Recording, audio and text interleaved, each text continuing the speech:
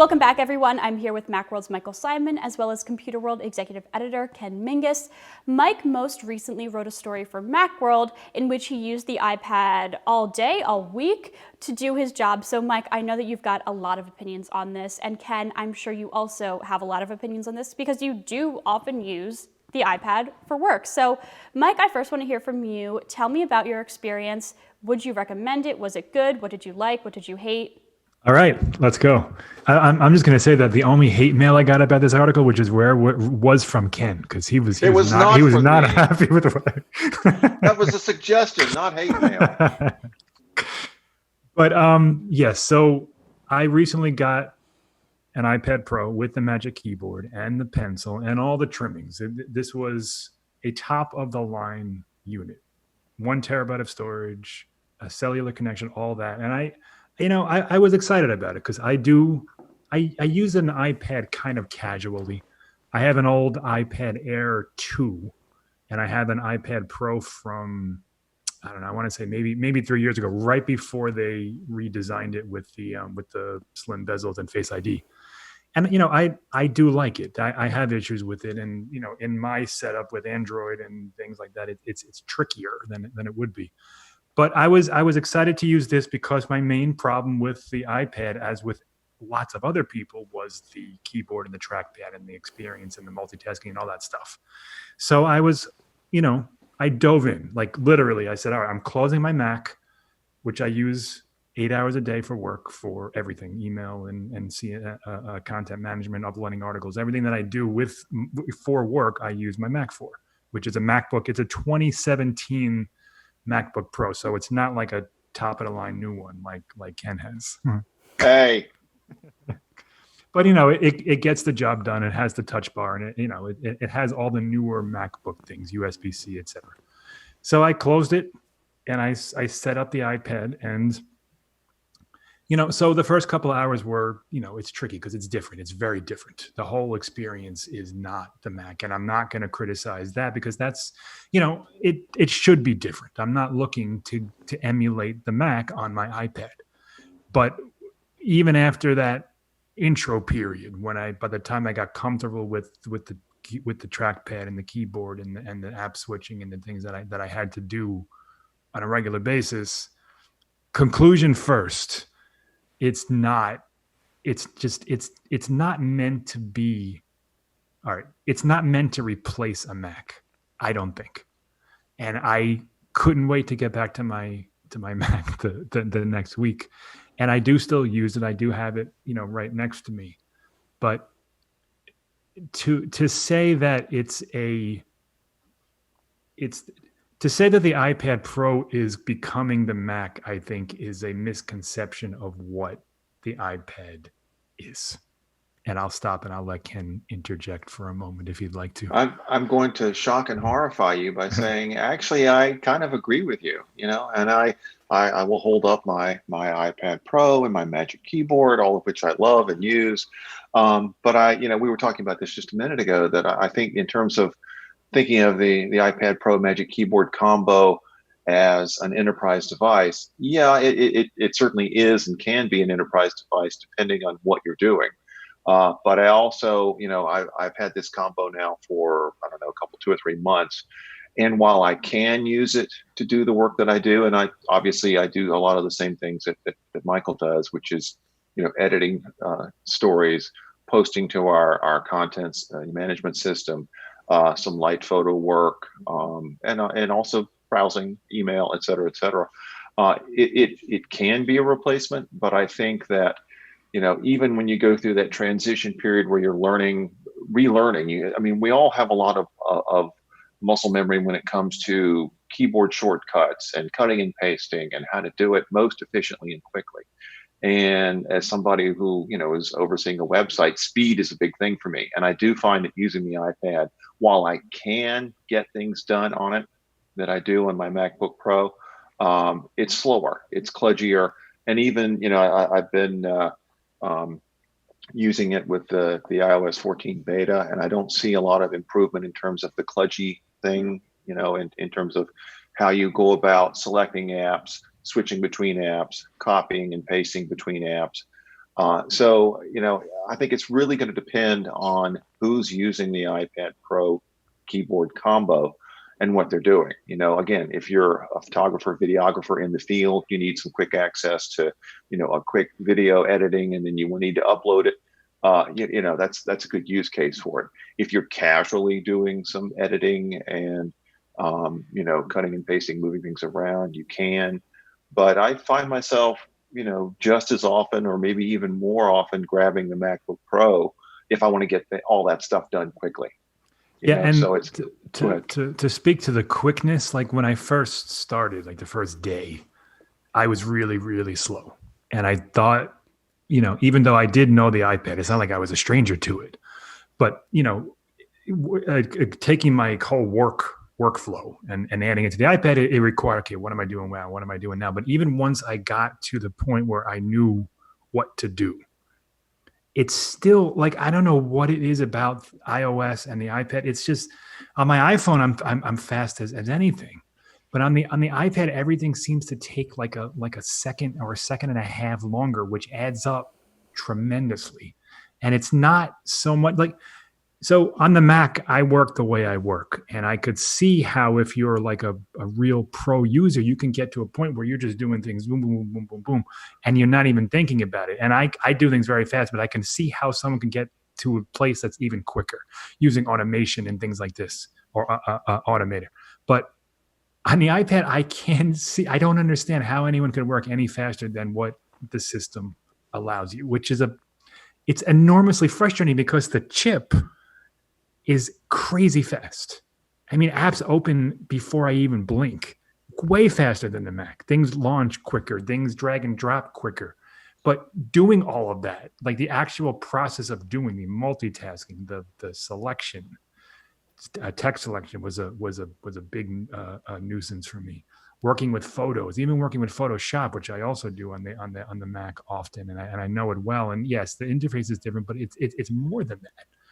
It's almost like there's like a layer of like glue on top there's friction of your workflow. There's friction in there, and I think you're right. The hardware is actually really amazing, and I think certainly bodes well for where Apple is going with its desktop. I agree with that. The hardware is incredible.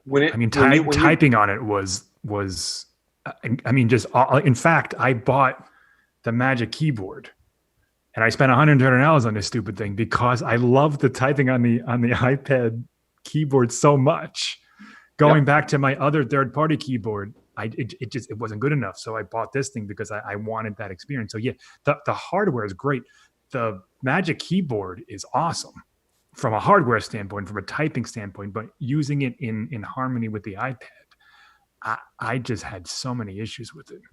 Well, it feels like, again, hardware is okay. The software seems to it allows you to do things, but there's a level of friction there, and this is what I think what you're getting to is that it just slows you down, and it's not that the iPad can't technically do what you want it to do, but the process of converting your action to what's on the screen, which seems very seamless on a MacBook Pro or an iMac or a desktop machine, is not seamless on the iPad Pro. I don't think Apple bills this as a laptop replacement. I mean, they certainly have never called it out, although so many people have wanted it to be. I mean, me included at times. They don't, in the sense that, yes, it's its own separate category, but they do make these kind of tongue-in-cheek, like your next computer is not a computer, and they had that ad campaign, "What's a computer?" And because the mom says to the girl something about your computer, and she says, "What's a computer?" because she's using an iPad. So they do make these illusions that the iPad can replace your Mac, and they do, even in the things that they, if you look at their website and the things that they spotlight, it's not the so-called consumption device that it once was. They want you to use it for real world professional things, not just watching movies and coloring.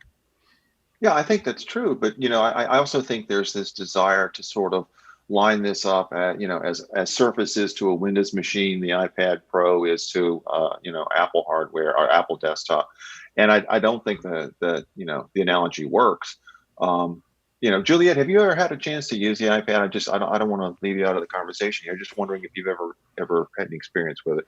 No, I'm not really a frequent iPad user. I mean, I only ever Yeah. had one a few years ago, just sort of like what you said, Mike, just sort of for watching Netflix and YouTube. And it was never, it was a replacement for a laptop because all I needed a computer for was those things because I was a student. I didn't need a heavy duty machine yet. That being said, Ken, I'm curious, you mentioned that you're using the iPad 11 OS beta. How's that been going? Do you find that you're able to do things more efficiently? Do you find that it helps maybe make the iPad Pro more of an enterprise machine, or is it just sort of same old, same old?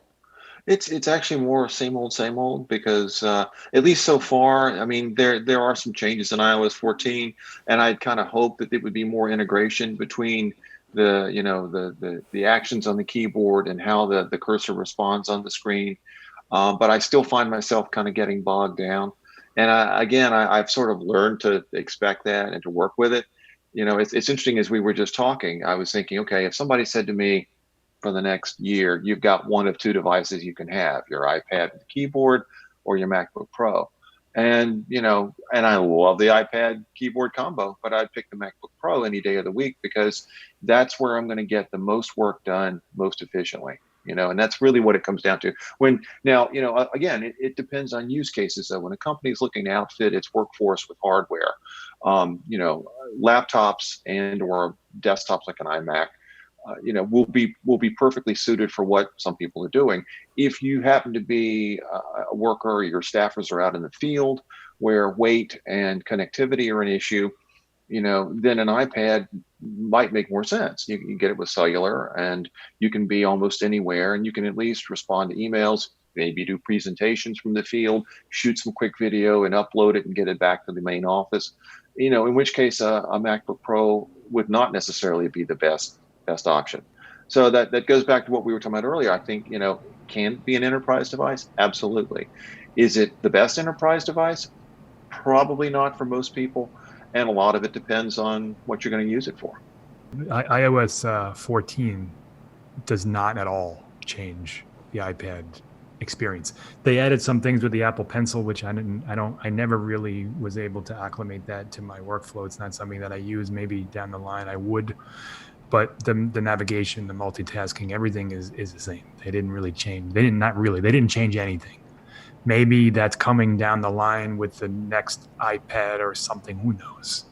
But iOS 14 doesn't do anything to improve the experience. And my biggest issue. Okay, so let's say the iPad as a Mac replacement. Sure, I'll bite and say that's not the point of it. However, you should be able to do the things that you want to do on the iPad that you want to do on the Mac. And there are some things that you just can't. For example, printing. I have an old printer. I plugged it into my iPad and nothing happened. Nothing. I plug it into my Chromebook and I can print. I can plug it into Wait. You have a printer you actually plug in? They have this wireless thing now, it's wireless printing. Sometimes I need to print. This is not one. I don't see any reason why, if you have a USB-C port on a device, you can't install a bunch of 1 kilobyte drivers that let it work. But Apple doesn't do that. Number two, there's no stock calculator. Okay, yeah, I can go down one. I can download one. I could use Google and you do simple calculations. But why? Why doesn't it have just a simple calculator? So there's things about the iPad that Apple is just stubbornly saying no. This is not what we think it's for.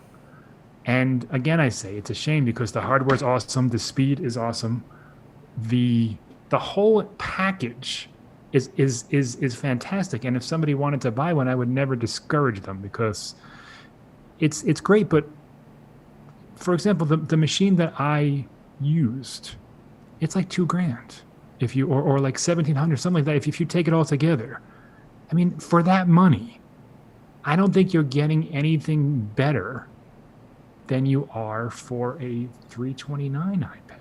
I really don't. And that is inherently, that's where the problem comes in. It's just, it's a little bit quicker, but the way you use it doesn't necessarily bear that out. And it's nicer hardware, and you get Face ID and things like this. But I think that the iPad Pro should have a delineation between, what the iPad is and what the iPad Pro is. And I mean, I didn't see it. And because, you add that Pro moniker, the MacBook Pro, it's faster, it has more RAM, it has more storage, it has the touch bar, it has a better screen. There are things that make it Pro. The iPad Pro, I was just left, frustrated with just the whole time. Yeah, I can't argue with that. I think you make a good point. Yeah, and you also do make a good point, Mike, that if any sort of, IT department is possibly considering, rolling out iPads to their staff, it's not like there's a lot of opportunity for cost saving. It really doesn't seem that it's a very specific people would maybe need one. Yeah, I mean, you can get an iPad Pro for $800, but you got to buy something else with it. So it's going to end up costing you over $1,000 to get to the point where you need it to be. Which at that point, you might as well just buy a MacBook Air if you don't need the power of a Pro, or however you flesh that out. It boils down to this: there's nothing that I can do on the iPad that I can't do on the Mac, but there's a lot that I can do on the Mac that I can't do on the iPad, either as well or at all. And that's what I honestly don't get it. Like, I'm not asking them to be the same machine. The iPhone and the iPad are very different, but I can do the same things on both of them. I don't understand why the iPad is in this kind of like no man's sort of land where it does these things really well and it does these things and it doesn't do that at all. And it's like, well, why? Like, what do you want this? I've said it before, and I'm not sure Apple knows what the iPad is going to be just yet. Yes, it's the best tablet. There's no question about that. There's nothing else in its class. If you're doing email and browsing and video and you're doing the simple, not simple, but the regular things, the most basic kinds of things you need. Yeah, basics. Yeah, it's fantastic. I mean, yeah, I use the 12.9 inch one. It's a little heavy. I would probably get the 11 or recommend someone get the 11 because there's just no reason to get it's big, it's heavy, particularly with the keyboard. It's substantial, but it's a fantastic device. However, it just has these annoying limitations. Like, all right, here's an example, and you have the keyboard. We can talk to this. The cursor. I knew you were going to say that. Yeah, right. So it's true, and you're right. It's a circle. What is it? I don't know. Why So- does it look like that? Yeah, And why yeah, does it clearly, change shape? clearly, I know. Apple did it to say, okay, we can't have an arrow. We got to show it something. It has to be different, but it's not different for the sake of being anything It's not other better. than just different. It's not better. I Yeah, agree. and it's like, I just do an arrow. No one's gonna bother you. No one's gonna complain about that. All right. Well, I feel like we have laid out a pretty good argument, or at least understanding on when and when not it's appropriate to perhaps use an iPad Pro for your professional life. So thank you both so much for calling in and chatting with me. I really appreciate it. Wait, Thanks, one last Julia. word. Can I just say Oh one no! last thing? Of course. Okay, Yeah, you okay, always got to Mike. get the last word in. Because Go. I don't want anyone to misunderstand me. I want the iPad to be better. That's the last thing I'm going to say, because I think the form factor, the design, the technology, the engineering is astounding. I want it to be better, and that's it. And so Mike really gets the last word. I will link his story on Macworld below so you can read even more insights, opinions from Mike. Thank you all so much for watching this episode of Today in Tech. If you liked this video, be sure to give it a thumbs up and subscribe to our channel. If you hit the bell icon in the corner, you'll be notified every single time we post a new video. And I want to hear from you guys. Have you used the iPad for work? Do you like it? Or what do you use the iPad for that makes you think it's a great device, or maybe you hate it? I don't know. Let me know in the comments below. Thank you all so much for watching once again, and I'll see you next time.